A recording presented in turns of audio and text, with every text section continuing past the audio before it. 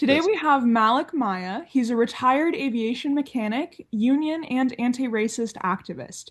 He grew up in Detroit and is an advisory editor of Against the Current. And if I counted correctly, he has 228 pieces published on the Against the Current website at the time of this interview. So welcome. Thank you. Yeah. This month, you have two pieces featured in the 240th edition of Against the Current. One is called Taxation Without Representation, and it reviews a book called The Black Tax by Andrew W. Carl. And the other one is called Trump's Latest Racist Tirade, which covers some of the racist tactics recently employed by the Trump regime. So we'll go ahead and start off by talking about the first one. So my first question for you about taxation without representation is I saw that this book was published in 2024. So what made you want to review it for ATC right now? Well, when I first saw the book and I saw the title Black Wealth, basically stolen, I said, well, that's an important point because anyone African American in this country, anyone black or brown for that matter, knows that the real estate industry, the banking industry is always discriminated. And living in a capitalist society, the way you build wealth is by owning, property, own your own home till you can pass it along. And one of the things I attracted me to this book is he goes through and explains how historically that's never been easy. So, like, I grew up in Detroit, Michigan in the 60s, and we all knew as kids and then getting older, there were certain parts of the city you could never own property. I mean, you just knew it. And it Mhm. wasn't because we had legal laws like in the South, Jim Crow, which prevented blacks or brown people from moving certain places, living certain ways. But in most northern cities, western cities, the way they did it was through the real estate industry and the banking industry. So if you can't get a loan, how are you going to buy a property? If you can't get a mortgage broker to show you a property, same way. Mhm. So like in Detroit, I don't think I used this example. I can't remember. I mainly focused on the examples in Long Island. But in Detroit, parts of the city because of the auto industry were mainly white executives. Black, my father was a 30-year auto worker. You could only live certain places. If you wanted to buy in say the west certain parts of the west side of Detroit, you had to you had to find a mortgage broker or real estate agent to try to sell you. And the problem with that was they would say, well, they would discourage you if it was an all white area. And Mhm. then even if you thought you could find a deal, you couldn't get it because they said, well, you can't get the bank won't loan it, or they would discourage you and made it hard. And then if you were lucky enough by the late 60s, early 70s to find a place of someone willing to sell it, you ran into, racist backlash from, neighbors. So that was common all over the country. This is again pre-Jim Crow and the Mhm. Jim Crow in the South.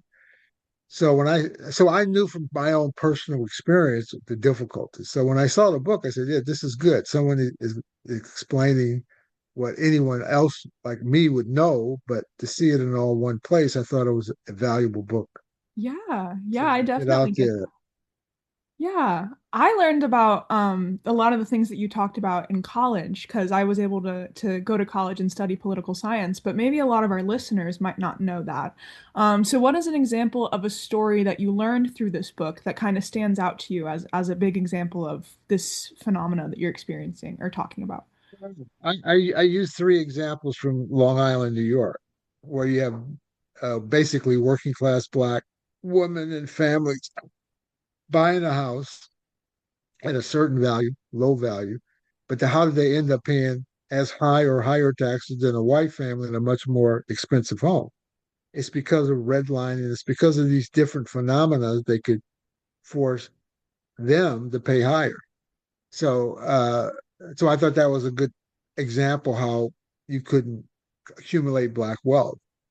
The other example that I refer to, he refers to, and I put it in the review, is how people, uh, banks, real estate sharks, or whatever you want to call them, could try to steal your home, and they still do that today. By the way, they Hmm. can find a way to connive you, convince you you owe back taxes. You don't even know about it. You start paying it, then suddenly somebody tries to steal your property. And that's still happening, not just blacks, whites, everybody, where you think you're doing what's right, then you find out somehow you didn't make a payment. And then they go through this process of someone goes into the county, the city, and files a lien against your property for lack of payment. Now, how is that possible if you didn't have any debt Mm-hmm. or you thought you paid off debt? So that was what was interesting to me because he goes through all different aspects of that. You know, and the examples he gave, anyone could understand. These were not like upper class blacks or any of that. They were people. Sorry, they were people who were just normal working class people, and Yeah. they were just trying to get a home. And why should they pay higher taxes on a cheaper property? Why should they have these liens brought against them? And it's sort of like the days scams where people call people up, seniors especially, and say, someone's in trouble in your family. Can you send us 20,000 in gift cards? Yeah. This all predates what we see now. It Mm-hmm. was just done in a different form. So Yeah. that was why I thought this book was important. I meant to review it earlier, but then I got caught up in writing about other stuff. That's okay. I think it's just as timely as ever. Something that you point out in this article is how the ruling class keeps white people on side by convincing them they are better than black people, and that this is why white working class people struggle to see black people as natural allies.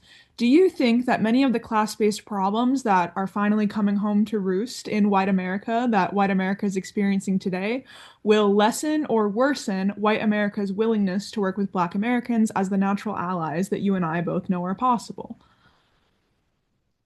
I hope so. Hmm.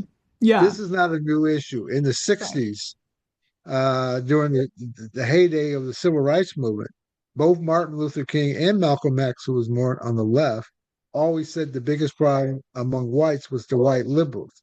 Now, these were people who claimed to be friends Hmm. for civil rights, but they were the same people who would say, "Well, you got to slow down or you got to be careful." So it's that's the phenomena. If you're white, and we see what's happened in Minnesota, which is very important, but if you're white, you always know you could fall back.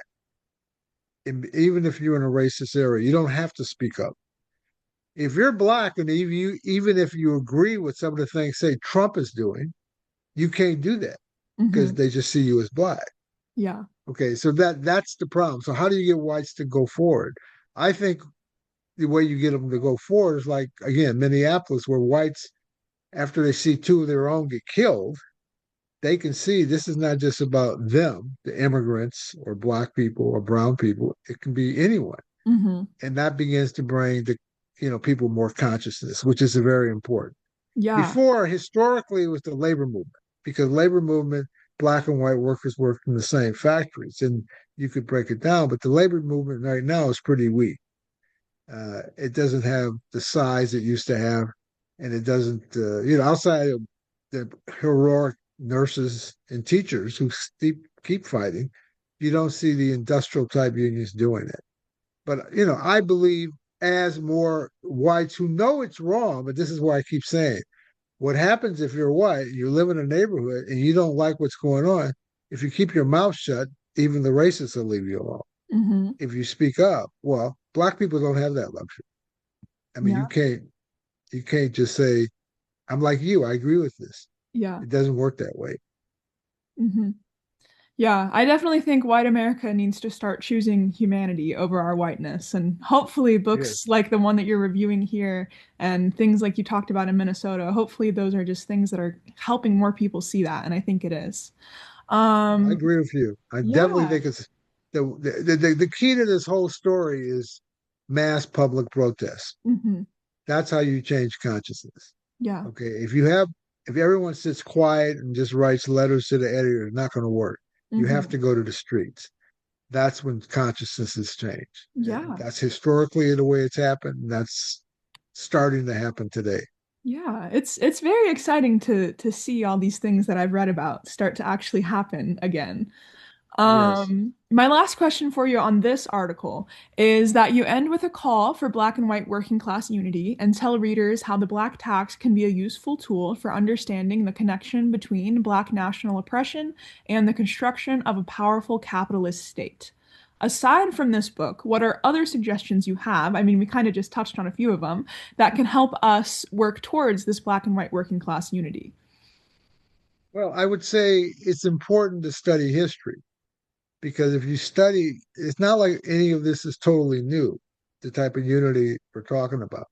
It's happened before, and it's happened not that long ago. Part of what the Trump government is doing is trying to write out history.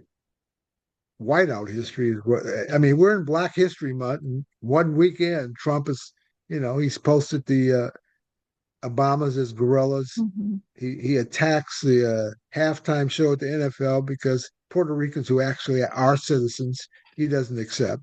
Yeah. So they don't want history told. He even tried to white out the Martin Luther King anniversary. He can't overturn it, but he says he doesn't want to hear about it. So part of the fight today is to make sure people know American history, which is not what they want you to know. Yeah. But the simplest way to do is start studying recent history, just even the George Floyd movement, the police Hmm. brutality. That was a unified movement, blacks and whites, and that's just 5 years ago. Look at look at the civil rights era where black people didn't wait, but they understood you had to reach out. So that can happen.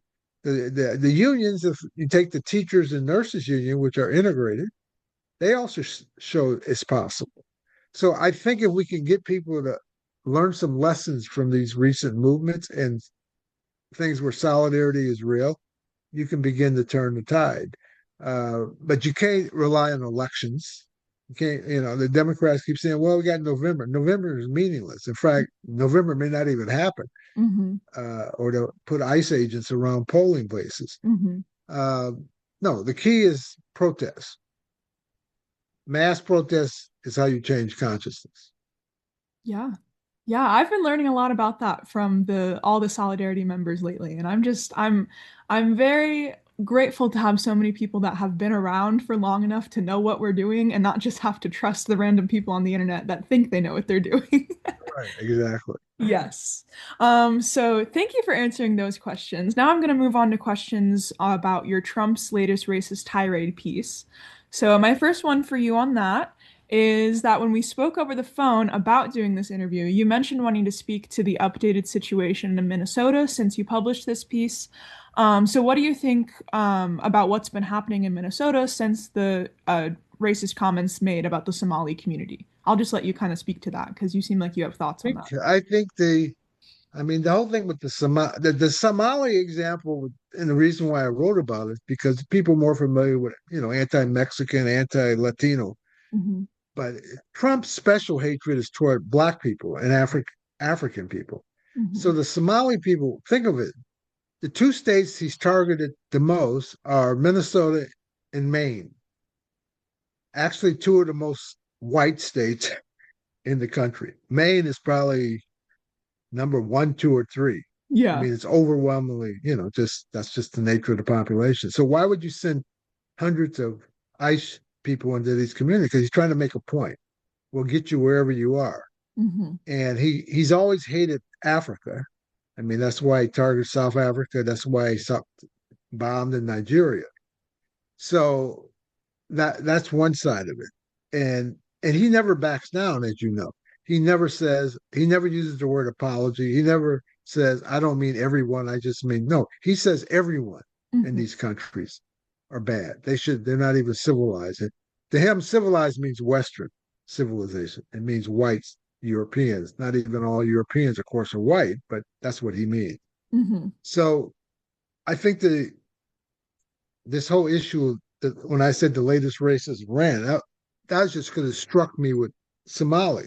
Hmm. Uh, and I'm just saying, note that the most Somalians came here in the 80s because of the Civil War back there.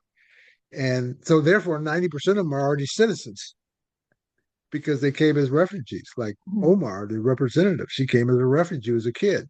So they're not even like a lot of recent Latin American immigrants who are not yet citizens. They're like 90% citizens.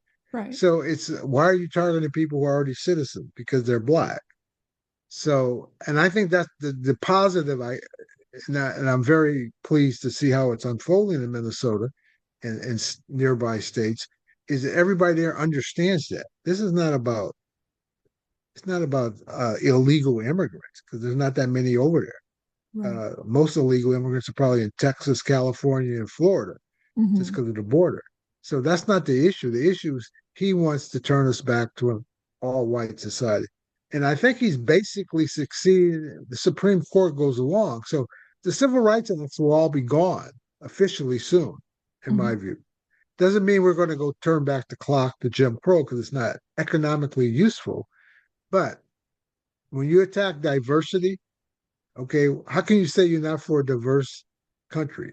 We are a diverse country. How can you say you're not for equity? Hmm. I mean, that's just common sense. Yeah. And then inclusion. I mean, that takes out half the population, meaning women. So Hmm. how is that people accept that? They don't accept it, but they're afraid to speak up, which is Hmm. part of the role of ICE. We've never had a police force like ICE that I can remember. That is, you've always had ICE. You go in the airport, that's customs. Hmm. That's not, we've never had a police force that could just run around the country and do whatever they want. Even the FBI has some restrictions. Hmm. ICE has no restrictions. And that's what Trump wants, a private army. And he has it right now. So the pushback is important, but he's a white supremacist and racist. That's not an epithet. That's just a fact. Hmm. That's his ideology. Yeah. Donald Trump. I don't. I never use the word unless it can be backed up. Right. And I he when he was in New York real estate in the '70s, he wouldn't rent to black people in his apartments. Hmm. He got sued by the government. Yeah. He, so he's not. It's not Trump is who he is. A lot of people try to say, well, he misspoke. He never misspeaks. He does not misspeak. He knows exactly what he's doing.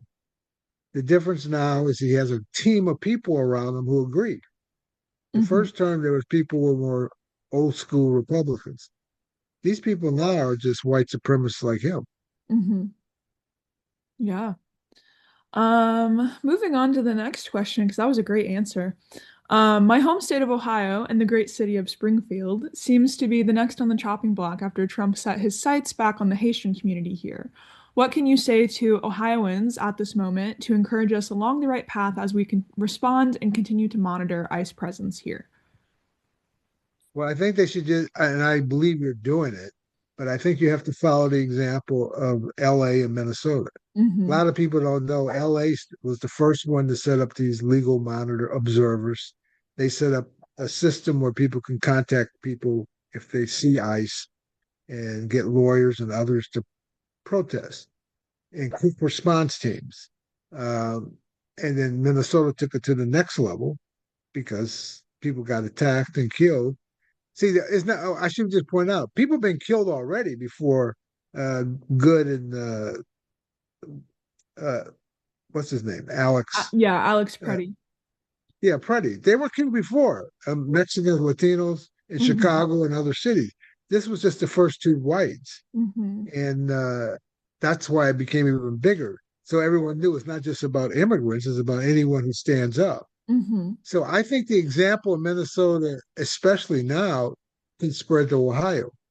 And Ohio has a long history of militancy anyway, especially in the labor movement. Yeah. Um, so I expect that people organizing probably right now.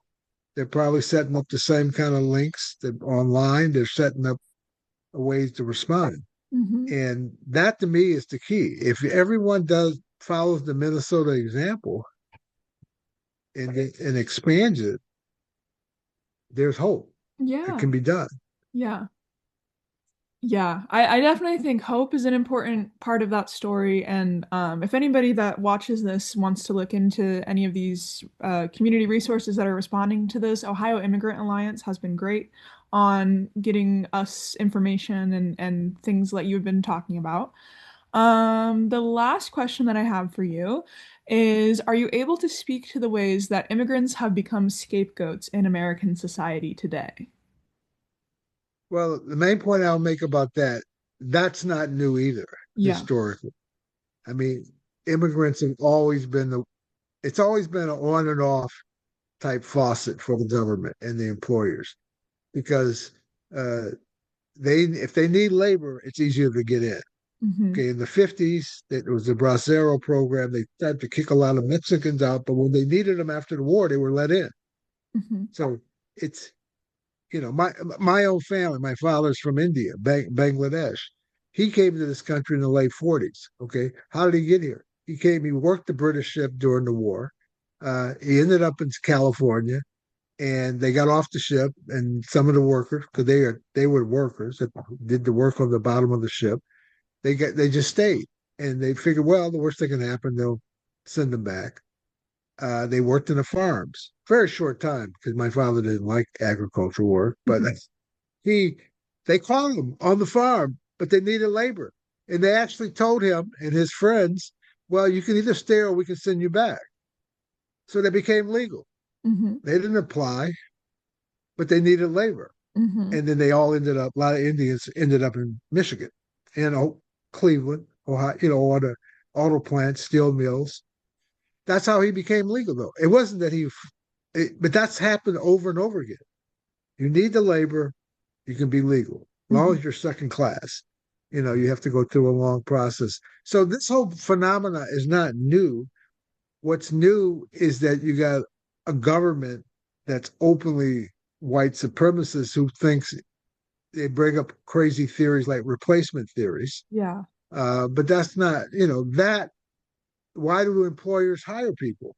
Why are the construction industries now mostly immigrants? Hmm. That used to be a high paying skill, mainly of white workers, up through the 70s, even 80s. That all changed when they decided to try to break the unions and they brought in construction labor. Look at a lot of industries like that. Childcare, Hmm. another one, low paying. They have a lot of immigrants. So it's not new. What's important lesson of this is that these work people come here are actually the cream of the crop in a lot of ways. They're people who couldn't decide to leave their countries because they couldn't take it, and they were devoted to, a new life and sending money home. Hmm. Like those Haitians in Ohio, they send Hmm. money home. So they're not the people who come in who looking for a handout, as the lie says. They're here to help their own family, help their families back home, sending money, and so that faucet has always been turned on and off. What's new now is that this idea that you can blame everything on, immigrants, but only certain immigrants. Hmm. How they say it's 10 million undocumented in this country, approximately. Hmm. 10% of them are white. So where do Hmm. they come from? Hmm. Ireland, Italy, wherever. They come from Europe. Hmm. But have you seen one of them being arrested? Of Right. course not. They're okay. Like South African whites, they're Yeah. okay. Yeah. So even if you look within this whole campaign, they're very selective, and they want people to be pushed back to the bottom, second class, third class, however you want to call it, and Hmm. not complain. And that's where the labor movement has to come in because only the labor movement can stand up for their workers Yeah. and either unionize them or say we're all the same.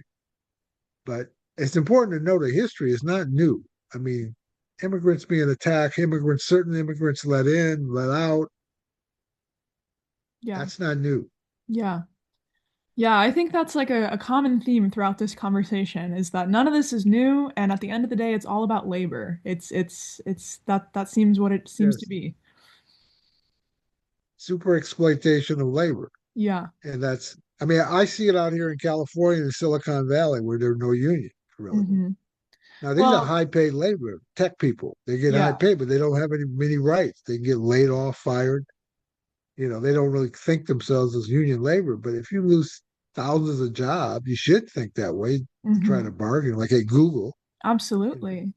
And where I Not live, I live in Ohio, like I said, and I come from like a predominantly white agricultural community, and now nobody's kids can get jobs in agriculture unless they have an right, advanced degree because it doesn't pay a living wage. So it's exactly. just it's impacting everyone, and it is time that we come together, like you said, it's beyond time. And it can happen if we have a stronger labor movement because the Hmm. whole idea of labor, union labor, is that we're all for one.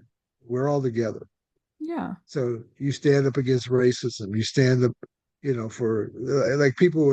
It used to be the skilled trades in all industries were mainly predominantly white. The civil rights movement changed that. They Hmm. started to, like the airline industry where I come from. And it took to the early 70s to even have black pilots. Why? They fought in the military. Yeah. The airlines just wouldn't hire you. I Hmm. was a mechanic. It was very, mechanics were few and far between. Even though if you did the job, you had the skill, that doesn't mean they would hire you. Hmm. See that changed again post civil rights movement. So that's what they're trying to reverse now. They want to Yeah. reverse it. So even if you're qualified, quote unquote, you can't get the job. Hmm. And that's what part of Trump's thing. These people are not qualified because of wokeism and diversity, DEI. No, the most qualified people tend to be immigrants and blacks because you have to work twice as hard Yeah. just to get in. Yeah. Last hired, first fired, I think was something that you said in one of the articles. So Yes, that is yes, it is the same story that it's always been. it's It's the just same different. story. Hmm. Yeah. Well, thank you for having this conversation with me today. Do you have any other thoughts before we call it a day? Before we head out? No, I think we covered a lot, Yeah, and I think we did thank too. you for doing the interview. Yeah. I hope people can take something from it. Yeah. I'm sure they will. Yeah, I think a lot of what you said is going to resonate with people, and I think like I've seen good feedback on the social media, more people just kind of waking up. I think we're doing this at a good time for people too. Yes, yes. Yeah. Okay, yeah, I'm glad you're doing this job too. Well, thank It's you. important that we important that we get this information. Use all the social media. Yeah. I'm not the best at social media, but anyhow, social media is very good to Yes. use. Well, thank you. So I'm